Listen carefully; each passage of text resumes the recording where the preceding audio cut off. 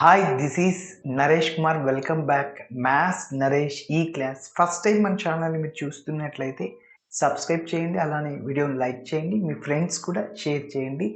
ఇవాళ degree first year semester 2కి సంబంధించిన మ్యాథ్స్లోని మేజర్ మైనర్ పేపర్కి సంబంధించిన డిఫరెన్షియల్ ఈక్వేషన్స్ అనే పేపర్ టైటిల్ నుంచి మనం యూనిట్ 1 బెర్నౌలీస్ ఈక్వేషన్ దానికి సంబంధించిన ప్రాబ్లమ్ని డిస్కస్ చేద్దాం. ఓకే, మరి ప్రాబ్లం చూడండి. Solve dy by dx is equal to x square plus y square plus 1/2xy. ఇప్పుడు మన ప్రాబ్లం లీనియర్ ఇన్ వైనా లీనియర్ ఇన్ ఎక్సా బెర్నౌలీసా అని ఎట్లా గుర్తుపట్టాలి సార్? చూడండి, ఎక్కువగా వేరియబుల్స్ ఎక్స్లో ఉంటే అది లీనియర్ ఇన్ వై, వైలు ఎక్కువగా ఉంటే linear in x, x y variables సమానంగా ఉంటే అది బెర్నౌలీస్ అని చెప్పాను. Okay, so x variable 1 time, y variable 1 time. ఇక్కడ చూడండి, ఎక్స్ 1 టైం ఉంది, ఇక్కడ 1 time, 2 times, y 1 time 1 time.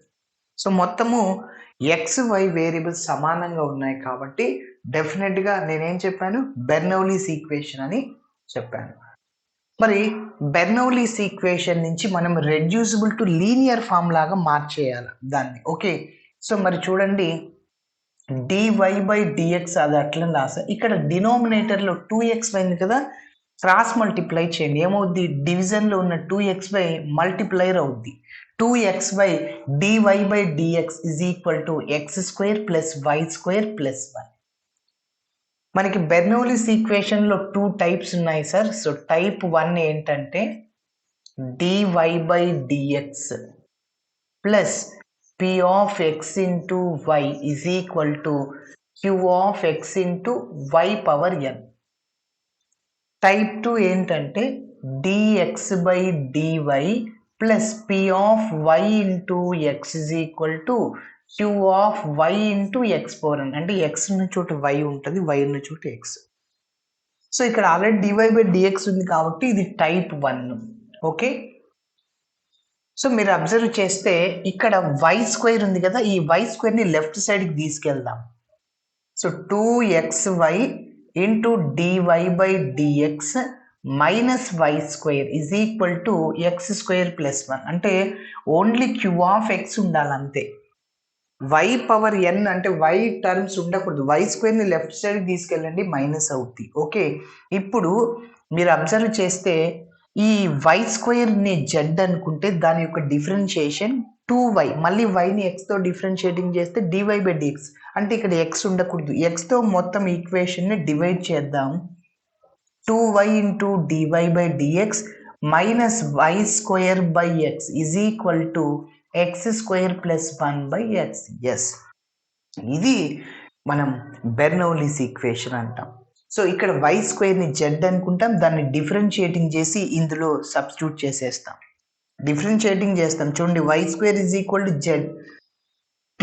ఇప్పుడు వైని ఎక్స్తో డిఫరెన్షియేటింగ్ చేయాలి. దీన్ని జెడ్ అనుకుంటే మొత్తం దాన్ని డిఫరెన్షియేషన్ చేస్తే ఈ టర్మ్ రావాలి.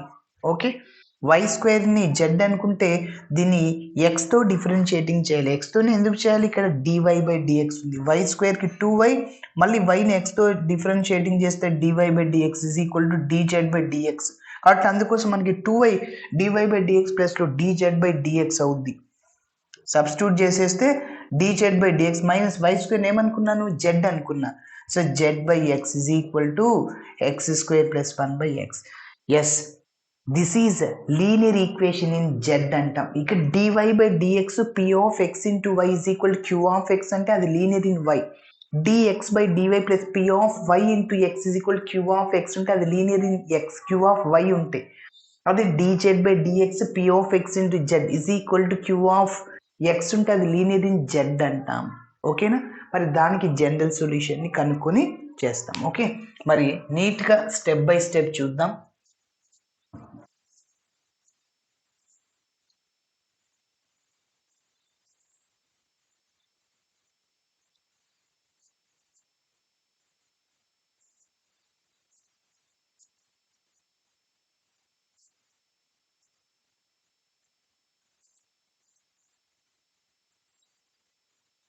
ఓకే, ఫస్ట్ గివెన్ ఈక్వేషన్ రాస్తున్నాను. Given equation is dy by dx is equal to x square plus y square plus 1 divided by 2xy. Okay, ఇంకా క్రాస్ మల్టిప్లై చేస్తున్నా. So 2xy into dy by dx into dy by dx is equal to x square plus y square plus 1. నేను చెప్పాను type 1 అని Bernoulli's ఈక్వేషన్లో. ఈ y square ని left సైడ్కి తీసుకెళ్దాం. So 2xy into dy by dx minus y square is equal to x square plus 1. Okay, ఇప్పుడు చూడండి, ఇక్కడ ఎక్స్ ఉండకూడదు అనమాట. వై స్క్వేర్ని జెడ్ అనుకుంటే దాన్ని డిఫరెన్షియేటింగ్ చేస్తే 2y, వైని ఎక్స్తో చేయాలి డివై బై డిఎక్స్. సో అంటే ఎక్స్ ఉండకూడదు కాబట్టి ఎక్స్తో డివైడ్ చేస్తున్నాను. 2y into dy by dx minus y square divided by x is equal to x square plus 1 by x. So this is taking as number 1. ఇప్పుడు మనము y square ని z అనుకుంటాం, దాన్ని డిఫరెన్షియేటింగ్ చేస్తే ఈ టర్మ్ రావాలి. Okay, so put y square is equal to z. Sir మీరు y స్క్వేర్ని ఎందుకు అనుకుంటున్నారు? ఎక్స్ 1/x జెడ్ అనుకోవచ్చు కదా, దాన్ని డిఫరెన్షియేటింగ్ చేయండి. 1/x మైనస్ 1/x స్క్వేర్ ఇక్కడ ఉందా? లేదు. కాబట్టి y స్క్వేర్ని జెడ్ అనుకోవాలి. ఓకే, ఇప్పుడు దీన్ని నేను ఎక్స్తో డిఫరెన్షియేటింగ్ చేస్తున్నా. Differentiating with respect to x on both sides. Sir ఎక్స్తోనే ఎందుకు చేస్తున్నారు? వైతో చేయొచ్చు కదా. ఈ టర్మ్ రావాలా అంటే వైని ఎక్స్తో డిఫరెన్షియేటింగ్ చేయి. వై స్క్వేర్కి డిఫరెన్షియేషన్ 2y, మళ్ళీ వైని ఎక్స్తో డిఫరెన్షియేటింగ్ చేస్తే dy by dx. Okay, is equal to right సైడ్లో ఉన్న జెడ్ని ఎక్స్తో డిఫరెన్షియేటింగ్ చేస్తే dz బై డిఎక్స్. ఇప్పుడు మీరు అబ్జర్వ్ చేస్తే ఈ వాల్యూని 1లో సబ్స్టిట్యూట్ చేసేద్దాం. So that is taking as 2.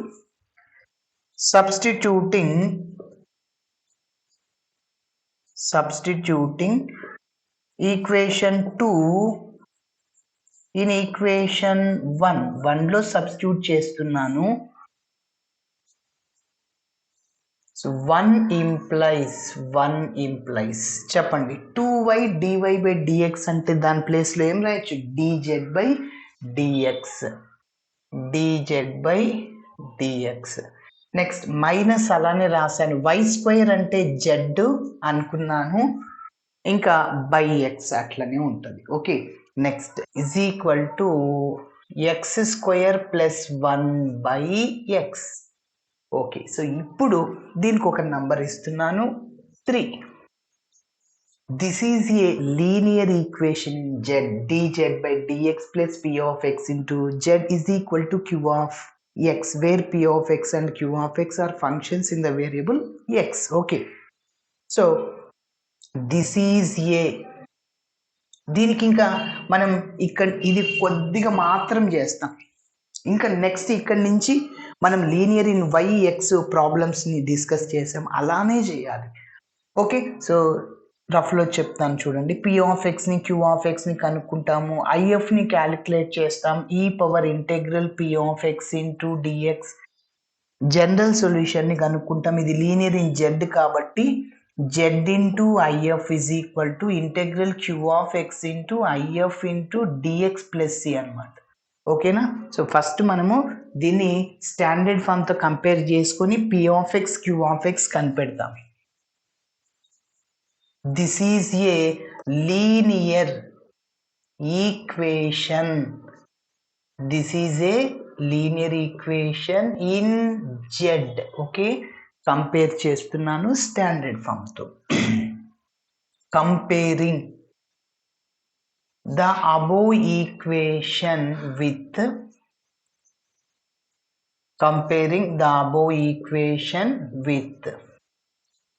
dz by dx plus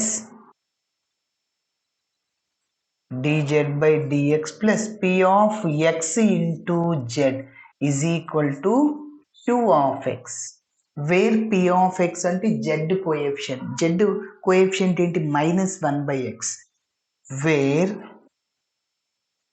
p of x is equal to -1/x. అదేవిధంగా q ఆఫ్ ఎక్స్ అంటే x² + 1/x. ఓకే, నెక్స్ట్ మన టార్గెట్ ఏంటి, ఐఎఫ్ని కనుక్కోవాలి. మరి ఐఎఫ్ని కనుక్కోవడానికి formula integral p of x into dx. First మనం ఏం కనుక్కోవాలి, ఇంటెగ్రల్ p ఆఫ్ x dxని కనుక్కోవాలి. Integral p of x into dx, minus అవుట్ సైడ్లో రాస్తున్నాను, direct formula integral 1/x log x అవుతుంది. So minus log x. Okay, ఇప్పుడు దీన్ని నేను లాగ్ ఎక్స్ ఇన్వర్స్ కూడా రాయొచ్చు. లాగ్ ఎక్స్ పవర్ ఎంని మనము m ఇంటూ లాగ్ ఎక్స్ కూడా రాయొచ్చు. m into log x the log x power m, power base అవుతుంది. పవర్లో ఏముంది -1 into log x. Okay, yes, ఎందుకు అలా రాస్తున్నామంటే చూడండి, ఈ పవర్ ఎప్పుడైనా లాగ్ ఎఫ్ ఆఫ్ ఎక్స్ ఉందనుకోండి, ఈ లాగ్ క్యాన్సిల్ అయిపోయి ఎఫ్ ఆఫ్ ఎక్స్ మిగులుతుంది. అందుకోసం లాగ్ పక్కన లెఫ్ట్ సైడ్లో ఏం ఉండకూడదు. ఓకే, ఎస్, ఇప్పుడు మనము ఐఎఫ్ని క్యాలిక్యులేట్ చేద్దాం.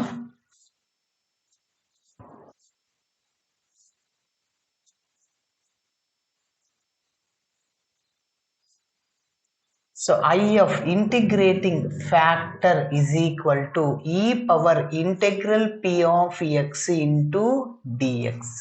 Okay, so that is equal to e power integral p of x dx ఏంటి, లాగ్ ఎక్స్ ఇన్వర్స్.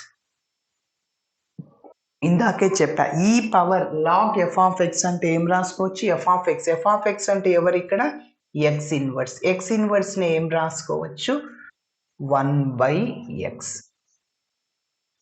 ఇప్పుడు మనము నంబర్ 3కి జనరల్ సొల్యూషన్ని ఫైండ్ అవుట్ చేయాలి.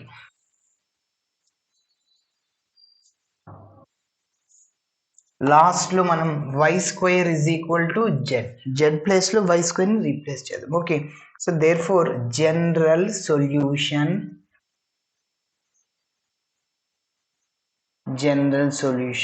To equation 3 is, so formula ఏంటంటే ఇది లీనియర్ ఇన్ జెడ్ కాబట్టి z into IF is equal to integral q of x into IF into dx plus z into IF అంటే ఏంటి, ఇందాకే కనుక్కున్నాం 1/x.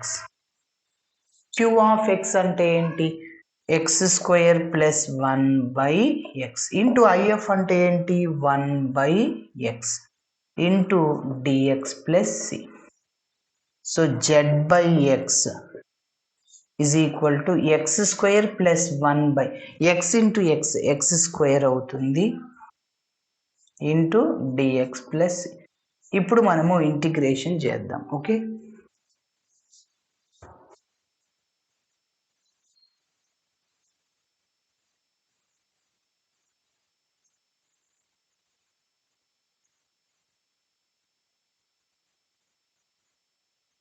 Okay, so z/x is equal